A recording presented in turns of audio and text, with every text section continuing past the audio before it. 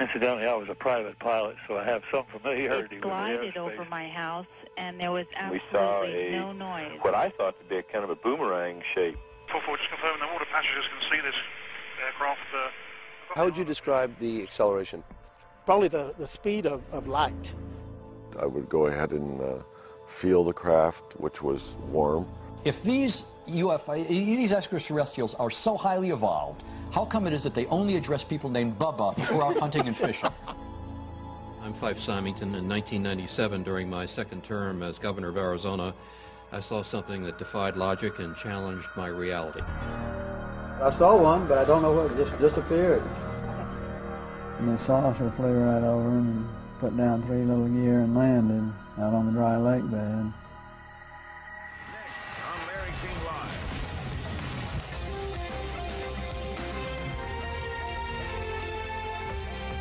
On Monday, former high-level government employees, military officials, and pilots from all over the world will come together.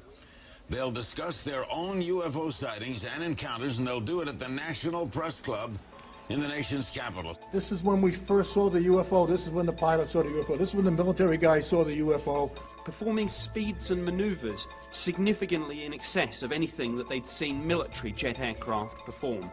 Physical traces on the ground from the craft were confirmed by the local police.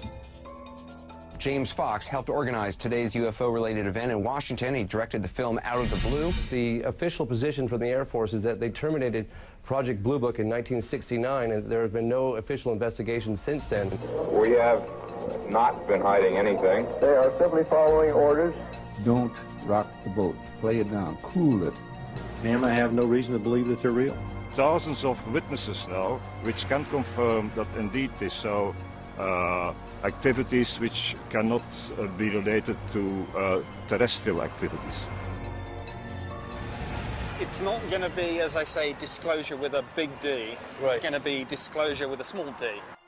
If the government's announced, well, the unidentified objects are real, people would panic?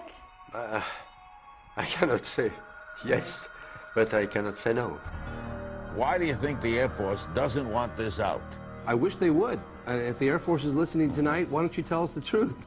There are people who said they saw things, and whenever that happens, they deserve at least an investigation, it seems to me.